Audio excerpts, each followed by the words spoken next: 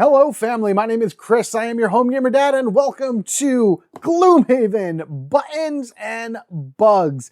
This is the newest form that Gloomhaven has taken, because you have your base Gloomhaven, you have Gloomhaven Jaws of the Lion, you have Frosthaven, and now we have Gloomhaven Buttons and Bugs. And this is going to forever amaze me, because if any of you out there are familiar with Gloomhaven, which I assume you are if you're watching this, you'll know that the base version of that game is a monster. It is so huge and so massive, and they managed to convert all of that, well, most of it, I should say, a good chunk of it, to still feel like Gloomhaven, down to this like little box here. And just for a reference, here's a mint tin. These are like one of the, like, you can store a whole bunch of games and cards and everything, but look how small this is. You know, a little Altoid thing, if anybody still eats those.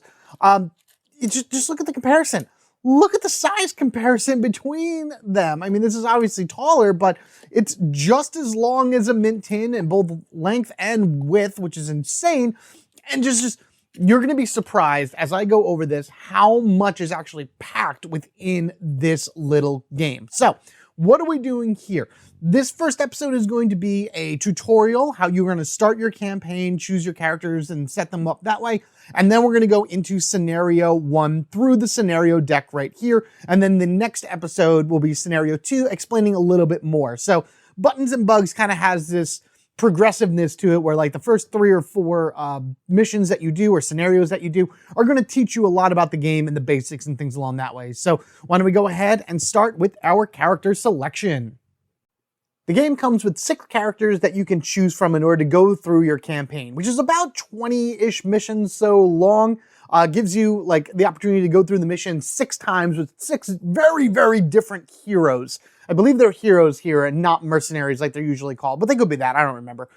For this, we have, and these are all, I believe, from base Gloomhaven, or at least originally from Cragheart, Bruiser, which was originally called the Brute, Mind Thief, Spellweaver, Tinkerer, and Silent Knife, which was originally called the Scoundrel. This is a 1-player game, so you're not going to be able to play this with anybody else. So out of these 6, you're going to pick your starting hero, or the one that you want to go through all of them with, and you're going to put the rest back into the box. Now, again, as I go through this with my different scenarios, I'll be swapping these out here and there just so I can see what everyone does. But for this setup, let's stick with Cragheart here. Each character has a set of 8 cards that you're going to find within the box, and they're going to have their symbol of that particular character down on the bottom. So Cragheart, if you flip it over, you can actually see what the symbol is down here, and you just kind of match that with whatever cards you have. Oh, just if you need some help determining which character you want to play as, in the upper right corner on the back of each one of the characters is a complexity level, just kind of giving you an idea of how the cards interact with each other and work. Obviously, low ones are easier to use, high ones are a little more difficult, so depending on what you want to do and how you want to play your game may determine which character you want to choose to start with. But anyway, as I said, we have 8 cards here that we're going to find in the deck that matches the symbol of our character that we chose. What you want to do is you want to find the 4 that have a number 1 in the upper right corner. Those are your starting hands of cards for a level 1 character. Now, if you notice here, the character will go from level 1 to level 5. A hero's level is determined by the scenario's level. So if you are doing a level 1 scenario, you are a level 1 hero. If you're doing a level 2 scenario, you are level 2, and so on and so forth. Leveling up is important because that's how you change your cards around to become stronger and how you change your modifier board. So you're going to want to put one of these to the side as well. There's only one in the box because it's a single player game. And then you're going to take one of these little white cubes and you're going to put it up top. This is one of the main mechanics for the game in order to determine how much damage an attack does, whether it's modified going up, down, or whatever. You have a little dice, a very, very small dice that I wish was more of a standard D6 size, but it's very small. Makes sense for Buttons and Bugs. And whenever you attack, you roll the dice, and whatever the result is the modified attack value. So if I was doing an attack 3, I rolled a minus, it would then be -1, and then, of course, then it would only do 2. After every attack, you move the cube down, giving you a new row of options until you hit the end, in which then you would just bounce back up to the top. So then when you level up, the first thing you're going to do is you're going to go to this stack of cards, which again, each character has their own versions of these cards, and you're going to find the level 2 version for your character, and you would slide it into here. This then would change the values of all your modifiers as your character goes up in value. So we have a level 2, we have level 3, level 4, and then of course your best ones will be level 5. So I love the way that that's made there. It's a little indentation inside of the modifier board here for you to be able to comfortably fit a card, and as you move stuff around and do what you got to do in battle, the card isn't going to fly out unless you do it yourself. Of course, your character's health will go up as you level up, but then on the back here, they talk about your ability cards. These are where you switch things around. So right now, say we have Kinetic Assault. When we go to level 2, we can choose to swap Kinetic Assault out for Lumbering Bash.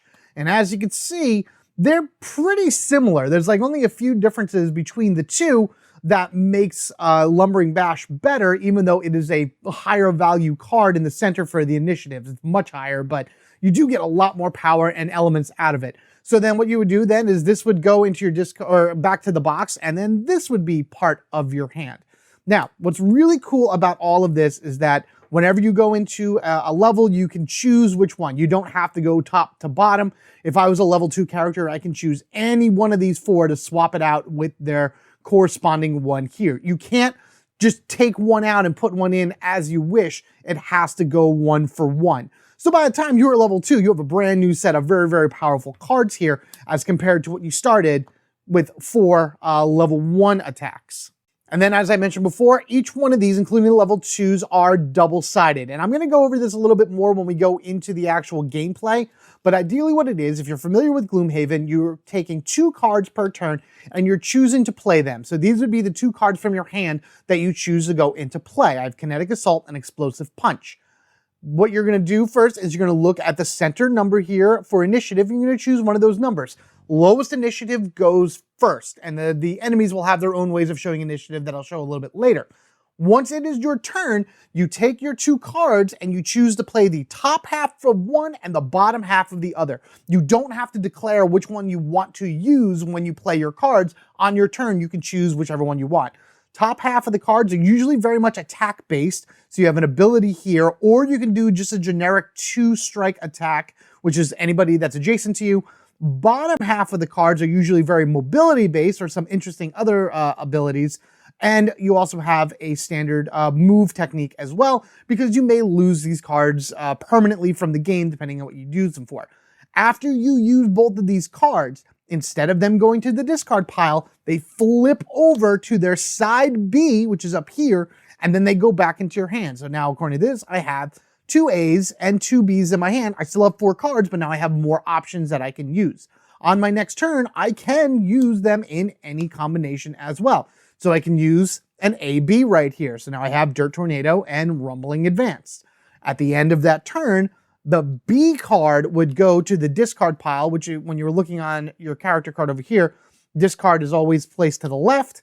And then this A card would flip over, going back to your hand. So now I have 3 cards in my hand. And that's how you're going to keep things going. Remember, in base Gloomhaven, the card management for all of your characters is very, very important. Because if you can't play 2 cards on your turn, you are knocked out. It is game over. Awful, awful things. So with all that set to the side, pulling for the character you want to play as, you also want to be able to grab these little mini figures. So check this out. Look at how small these characters are. They are so, so tiny. Just for reference, here is a condition token, which is pretty much the same size as you would find in Gloomhaven and Jaws of the Lion and Frosthaven or whatever. So if you go to your board, your game, and you look at your condition tile, look at how small these are in comparison to that. They are super, super tiny. They're so adorable and really well detailed. If I was painting, this would drive me nuts because I wouldn't be able to get anywhere near all these details. But that, again, many things that amaze me about this game. Many, many things.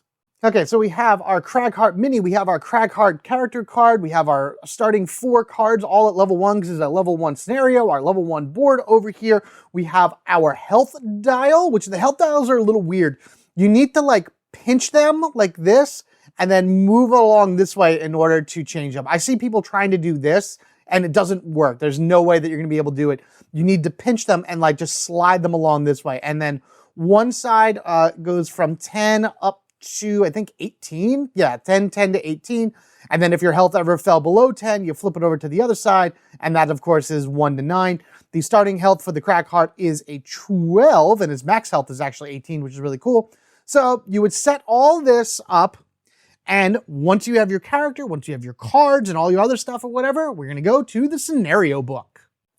Scenario deck. I'm sorry, I'm used to all the other ones that have like these giant pamphlets or whatever, but this is pretty much where you're going to be finding all of your scenarios, your missions, and things along that way. So you're going to have 4 Gloomhaven Buttons and Bugs. And if you look at it, this is huge. Each one of these cards is its own scenario that you are going to be playing as at some point during it. And what's really cool, you look at it and you see the different, I guess, levels that you're going to see here. So level 1 being green, and then anything with the blue is level 2, 3, 4, 5, just so you can see where all the character or all of the level increases are going to happen. So the first thing you would do is you would flip this over, and you would have yourself a little story narrative that you're going to read, and I'm going to read that to you right now. That shrinking feeling. What a time for Gloomhaven. First, a black tornado from the void nearly destroyed the city. Then there were reports of the very essence of corruption trying to end everything. But all's well that ends well.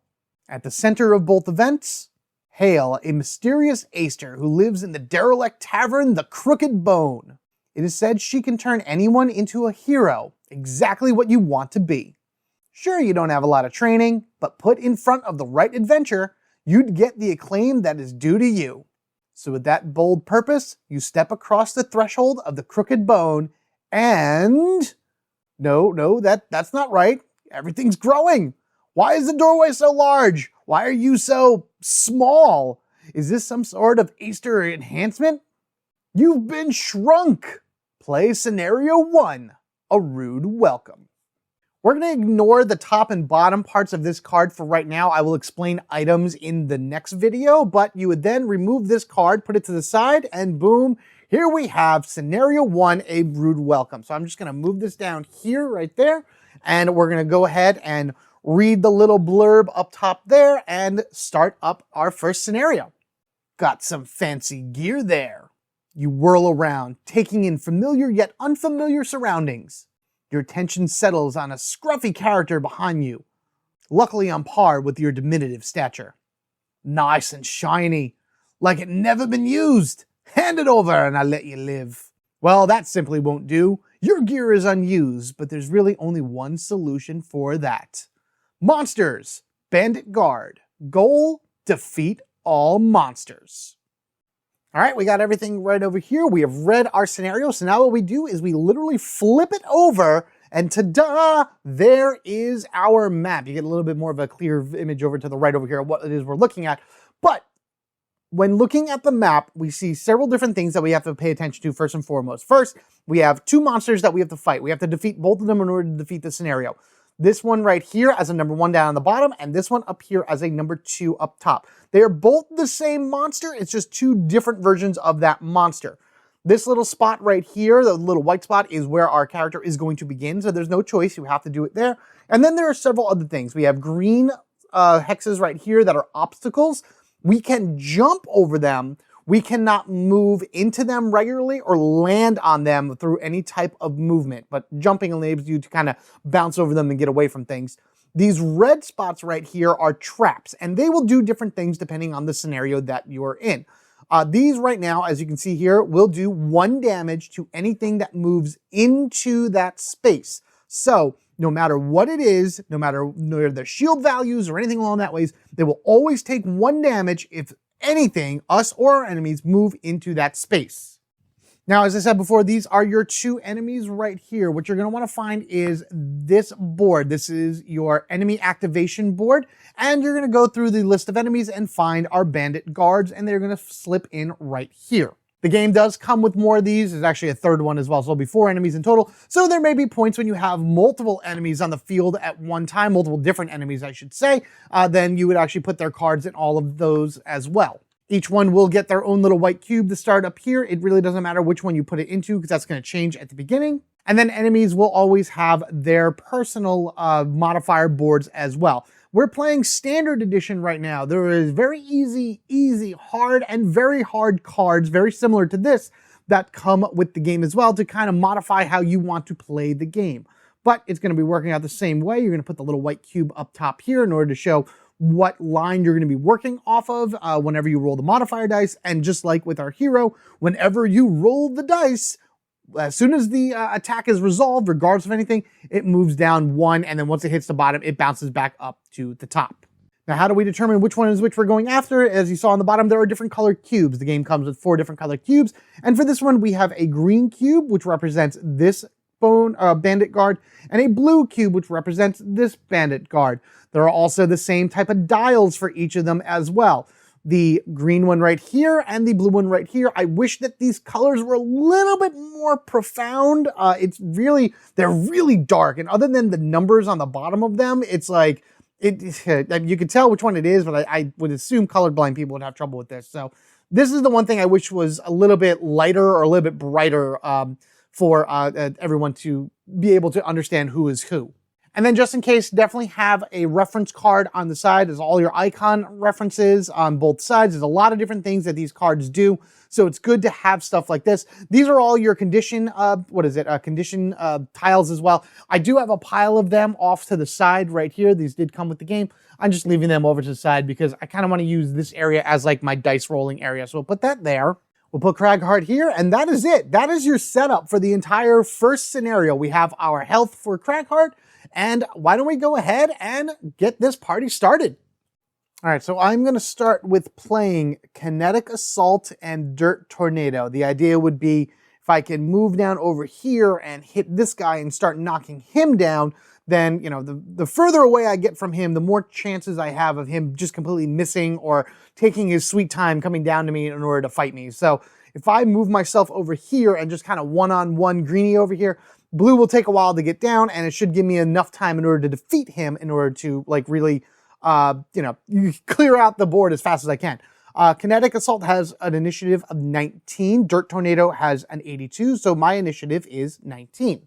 As far as the bandits go, they will all go on the same initiative once I roll the dice, so we're going to do that right now. It is a minus, so this will move on over. They will then move at initiative 30, so I would go in front of them anyway. They would each move 2. They would attack 1 if I am adjacent to them, and they get an additional shield value, which is terrible, but at the same time, because I'm going before them, that actually doesn't trigger yet.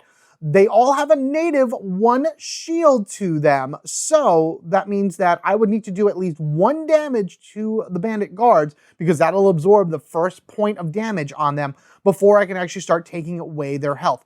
Anything that has like shields or any other values that are within these columns here do not trigger until it is their turn unless it's an element. Elements are very, very different in Buttons and Bugs, and I'll explain them in a little bit because we definitely will have some shortly. Okay, so we get to go first. I'm going to use Dirt Tornado. It doesn't matter which one I use, whether it be 2 or 3. I'm actually going to use the 3 movement, and I'll go 1, 2, 3, and actually just leave myself in the corner over here. Again, making it so this way blue needs to move a little bit closer to me in order to attack, and he's got a lot of things to go around. But then we're going to use Kinetic Assault. I would be able to move 1 more, but I don't need to. And then we're just going to do a basic attack of 3. So now we have a modifier of -1, 0, and +1 here, depending on what we roll. So let's roll it out at a 0. So we're doing 3 damage to this bandit guard. They naturally have a defense of 1, so it's only doing 2 damage. This did not trigger yet because it's not their turn, or at least that's the way I've always interpreted it. You guys let me know down in the comments below what you think, and if that's not the case, where is it in the rules that show that? Because I'd love to just kind of reference it. But green at this point will then go down from 8 to 6. That is going to be the end of Cragheart's turn.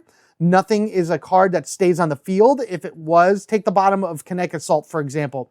I could have triggered this instead of the other one, giving me a retaliate of 2, meaning that anything that hits me within range of 3 would immediately take 2 damage. Fantastic card, but for right now, I'd rather just kind of focus all my attacks on this guy. So both of these have been used. They would go onto their side B side and then back to my hand. I did do an attack, so I always got to remember to move this down 1. Now it's the bandits' turn. Bandits will trigger in their numerical order, so green will always go first and then blue. Green will move 2. It doesn't need to move anywhere, but it will attack me for 1. We do have its modifier right here, so we roll it out. There we are, beautiful. That is a minus. So -1 hit, does no damage. This moves down 1 like that. Now blue's gonna go, it's gonna move 2, and it's generally gonna take whatever the shortest path to me is, and either way works for it. I'm just gonna have it go, let's have it go this way. We'll go 1, 2, so it moves 2, and that's it. And that is the end of the bandit's turn. All right, back to our cards. Now, for the remainder of this round, we will actually have air being put into the room, because anytime an element is in your hand or on the field, because it doesn't matter if it's going from here to the field or whatever, that element will be infused into the room immediately. I think it's different for monsters, that it doesn't actually infuse into the room until their turn, but whenever you have an element in your hand, you can then put it down. Each element can only be used once. So if I'm going to use an element, then I won't have it for the rest of that round. And later on, enemies will be able to use elements as well. So, and again, if that's different, if you guys know anything different compared to me, let me know down in the comment below. But this is just how I've interpreted the rules when I've read it. All right, we're going to do Explosive Punch and Avalanche. Both of these in conjunction should be enough to defeat Greenie right here. The top part of Explosive Punch, I'm using the initiative 28, by the way, so no matter what they roll, I will go first. Explosive Punch is a 3 damage attack, +1 if the target is adjacent to an obstacle, which it is. I can target one enemy within 3 hexes if I am adjacent to an obstacle. Basically, it's me punching the rock and sending pieces at something, so it has like a cool range to it. Doesn't matter. This is then a 4 damage attack against green. After that, I'm going to use the bottom part of Avalanche, which is a push 2 at a target that is at least 1 away. That is what this is. It's a range target of anything how far away from me. I can target green right here, and whenever you push, they must be moved to a space that is technically further away from your character. So I'm going to push him right into this damage point right here. It's always up to that number, so I'm only going to push him 1. Then if the target is adjacent to an obstacle, they suffer 2 damage. So by pushing him even this 1 point, he's going to take 3 damage. So I need to do at least 3 damage to an Explosive Punch here in order to defeat him. All right, let's go ahead and roll for their starting points. It's cracked die, let's try again. And it is 0, so they are right here. They have initiative of 50, they would move 1, but they would do 2 damage to me, but they do lose their natural shield, so that's really good. So let's go ahead and do Explosive Punch. We would like a circle or a plus sign. We get a minus sign. So that is actually 4 minus 1 is 3. Minus 1 for the shield is 2. So this guy unfortunately takes 2 damage. So he is down to 4. That definitely didn't work out the way I wanted to, but at least that's a thing. But now I can go ahead and push him 2. I think I am going to push him to 2 because he would have to go through here. We're going to push him 1, 2. So that is technically 2 further away from me. And they're not going to go ahead and do anything like stupid to themselves. So he went through the trap. So he's going to take 1 more damage, unavoidable damage. And then if the target is adjacent to an obstacle, it suffers 2. He was always adjacent. So he's now down to 1. This guy is now going to want to move himself around in order to get closer to me in order to fight. So that is going to be the end of my turn. This actually now goes to the discard pile. This flips over to side B and comes back to my hand. And each one of these guys move 1. So I'm going to move him 1 here and him 1 here. I want them close to this object right here in order to be able to do another powerful move. All right, I'm going to play Rock Slide and Rock Tunnel. And in situations like this, I want to go after these guys because I need them to get closer to me so they're around one of these objects, because I can choose an object within 3 of me and do 3 damage attack to all enemies adjacent to that. So I'd love to hit both of them. This actually goes down 1 as well from the last attack. So this should hopefully defeat the green guy, and then I can start doing damage to blue. And then at least with here, I can target all adjacent enemies and immobilize them. It's kind of doesn't really matter. You would probably do this and then try to run away, but it doesn't really matter at this point to me. Just kind of bringing in the blue a little bit closer. Maybe I can push him away otherwise. All right, here we go. Let's see what they are going to do. Plus, wow, glad I did 81. Man, look at that. They have an initiative now of 70, but they are going to go first because I chose to do 81. So you can move through allies, which really enemies can move through themselves. So this guy's going to go 1, 2 to try to get around. And blue here is actually going to jump on top of him and then go around him as well. So they each had a movement of 2. They are really pushing in on me, you know, putting on the pressure and whatnot.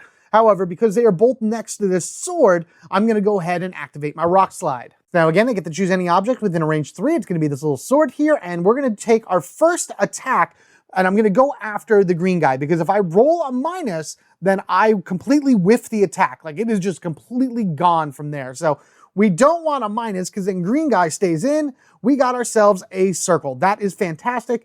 That would be 3 damage, -1 because of his thingy right there. We have now defeated him. Whoop, he is down to 0. He comes off the board. That is 1 of 2 objectives we have finished. So now we are going to move this down 1 because we're doing a second attack. And that's going to go against you. Let's please give me the plus. Please give me a plus. Yeah, there's a plus. I knocked myself over in the hopes to it. I got to be careful why I roll these things from here on out. But plus is, I wish it was 1 down further because it'd be a ×2 attack. But this is +1. So I do 3, 4. So it's really 3 damage against this guy. So he's going to go down to 5 because of his shield. Now, that's it. That's the end of the turn. This goes to the discard pile. This flips over to side B. And now I only have 2 cards left in my hand. So I'm going to have to play them regardless of anything. Let's do initiative 29. So we're guaranteed to go before our bandit guard here. We're going to kind of move this a little faster because these are the only cards that I have left. They are a plus, so they are once again a 70. He's going to get right next to me and do a massive amount of damage. But because I go before him and I have Earth in the room, actually I can buy some time. This is actually going to be really awesome. I'm going to first use Rumbling Advance, the bottom part. The bottom part gives me a move of 2 and then an attack of 2. So I'll be able to do multiple things. So if I move 1 here, then I can do an attack of 2. Then I can use the top part of Crater, which is anything within range 3. There is no disadvantage if you're next to somebody on range in Buttons and Bugs. Again, guys, let me know down in the comment section below if that's the case or not. I'm pretty sure that's the case, but I'm not sure. Actually, you know, no, never mind. I was thinking about, like, if I can jump over the obstacles and get on the other side of him and push him around and everything, but I can't do that. No, I'm going to definitely do that. So it's moving 1. We're going to do an attack of 2 here. So we're going to roll. This actually moves down 1 more because I forgot about doing... That's the one thing that you always have to remember. After every attack, no matter what it is, always make sure you move your white cube down to determine your next modifier, which this is a -1. 1 damage, -1 is 1. I actually do 0 damage to that guy anyway, so that is what it is. However, we're now going to go ahead and use Crater. We have a 3 damage attack, so this will then move down 1 as well. I can use the Earth within the room from Rumbling Advance to activate the special ability. So first we're going to attack the blue guy here. Ooh, it's a plus. Very good. So that's 4 damage. The +1 bypasses it, so I did 3 damage to him. So now he is at 2. That is fantastic. And now, because I'm using Earth, and I'm going to find other ways to do this in later playthroughs, but I've used that now. It's done. I can push him away, so I'm going to push him 2 away, which is great, but at the same time not, because I had to move closer, because on his turn he's going to move back to me anyway. So whatever, I used it, is what it is. Both of these now go to my discard pile, and I can't do anything about that until my next turn. This also then, whoosh, goes all the way back up to the top. Bandit Guard is just going to come back to 2 at me. He's going to try to do 2 damage, which is a plus, which is 4 damage based on this. So he took me from 12 to 8 in 1 fell swoop, which was awful. That is terrible. Okay, so now I have no cards in my hand. They're all in the discard pile. What do I do now? I have 2 choices that I can do. I can either long rest or I can short rest. Both of those are still within the game. When you long rest, you take all the cards back from your discard pile and you choose which one of these cards to lose completely for the remainder of the scenario. Any lost cards are placed over here under your card. You can't access them again unless you have a card that specifically says that you can get them back. I believe the Spell Reaver has that. But by doing a long rest, not only am I able to do that on choice, I would gain 2 health back. I'm sorry, over here, 2 health back. But then my initiative is 99, so I would actually do no other actions for the remainder of that turn. If I had any type of items that were exhausted, they would become unexhausted and I'd be able to use them again, but I don't have that. Or I can short rest, and short rest means I can shuffle this up randomly. Not looking, I'm not looking, I swear I'm not looking, and this one, what is this one? Rock Slide. Oh man, it's a good one too. I can choose then to lose this card in order to gain the rest back to my hand. I could take 1 damage in order to draw again, but I'm actually just going to be fine with that. So this card is lost for good. That does not take up a turn. I can still look at all the A sides on my deck, because coming from the discard pile to my hand, they all go to their A side. And now I can choose from here in order to hopefully beat this guy, because he only has 2 health left. And I don't see any reason why we can't do that with Kinetic Assault and Explosive Punch. Explosive Punch would be what I would do for my turn and actual activation of it, which is a 3 damage plus 1 if my target is adjacent to an obstacle. And then I can set up my Retaliation. So this would go into the active portion of my card. So it would just kind of sit up here and hang up here until I choose to either deactivate it, or for this one, because it has the little circle on the end of it there, this deactivates at the end of the round. There are other cards that have the infinite symbol to that. I'm trying to see if I have one. Oh, here we go. So on the other side of Rock Tunnel, the other side of side B here has infinite symbol, which means I can sit this up here for as long as I want, and whatever the passive is will maintain on my character until I choose to remove this from the active point, in which case then it would go to the discard pile. But in this situation, because it is just a half circle or a circle right here, this is only active till the end of the round, which pretty much means any attack that comes at me from a range of up to 3 will immediately get retaliated by 2. So no matter what, I beat this guy. Well, let's just kind of roll for him, see where he's going first. He's doing a minus. Okay, so now he has a little bit more defense. I guess he's going to a little bit more defensive position, but it really doesn't matter at this point, because I'm going to go ahead and do this. This is an attack of 4. It's a straight attack of 4, -1. He's dead. That's it. Boom, boom, boom. Kaboom, kabang, hala, hello, hallay, hurrah, and we have completed scenario 1 of Gloomhaven Buttons and Bugs. Hurrah, Cragheart, hurrah! Well, your gear certainly isn't shiny anymore, and it wasn't even particularly fancy to begin with, come to think of it. Got the job done at least, but your situation is quite dire. You'll need to survive long enough to find out how to restore yourself to original size. But for now, you'll need to deal with the vermling that just appeared. Read the Collector. And for that, we will do in the next episode. As you can see from the scenario deck, the next card is the Collector, and he's going to basically give us the ability to use items, which again, I will explain in the next scenario. We'll have multiple monsters in the scenario. We're still going to continue using the Cragheart for this one. At the end of the next scenario is another special thing that talks about a split path, to which I will ask you guys your opinions about what I should do. But until that time, guys, let me know what you thought of Gloomhaven Buttons and Bugs. This is a basic, real quick tutorial scenario for the game to give you an idea of how it works. As I continue going through these scenarios, I'll be showing off more and more about what the game has to offer. I'll be taking this a little bit slower, so this way, anything that I'm not sure of that I asked during a playthrough, anybody out there that knows those answers, put them down in the description section below. I may just make a comprehensive pin of all of them and everything. So this way, as I continue forward, I'll know the right way to play and, take it all from there. But I'm pretty sure this would have been a win regardless of anything. This guy wasn't really doing too much to me. And this guy went down actually a lot easier than I thought he was going to. If your character ever has a condition, it's always recommended to just kind of drop it onto the condition spot right here. I don't think you can have more than 2. Actually, no, you should be able to have multiple conditions at one time, because you have positive conditions like Strengthen, which gives you a double roll on this, enabling you to take the better of the result. And then you have negative conditions like Poison, which I believe will always allow 1 damage. It's like anti-shield. It'll always allow 1 damage to go through regardless of anything. You have Muddled, which I believe is disadvantaged. So you got to roll that twice, taking the worst result.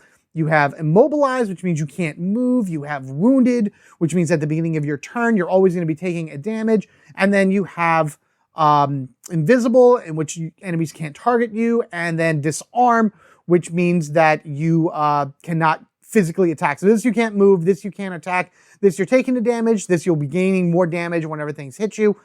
This you have to take a disadvantage. advantage and disability, invisibility are your only two positive ones out of the whole thing. Everything else is bad, but you can also put them onto enemies as well. So this is Gloomhaven. This is Gloomhaven. I will forever be baffled on how they were managed to take that huge game and slap it into this little box right here. Guys, I'm very excited to show you more of this, so be sure that you don't miss any more Gloomhaven Buttons and Bugs coming out in the near future. Be sure you're subscribed to the Home Gamer Dad. If you wish to support the channel even further in order to make sure I can have time and the ability to make even more of these videos for you, there are ways to do that down in the description section below. YouTube memberships get these videos a little bit early. If anything goes too long and it needs to be multiple parts, you'll have it in one full shot, in addition to other perks that I have. Same thing with the Patreon and stuff like that. But regardless of anything, your view, your like, your share, your comments go a long way of taking these little channel abilities and everything into something great and grander to be the hero that we are meant to be. Haha, silly vermling. Guys, as always, you've been amazing. Take care of yourselves and each other. We are family forever, gaming together. Until next time when we have to see what this scrawny little rat has to tell us, you guys have a good one, and I'll see you in the next one.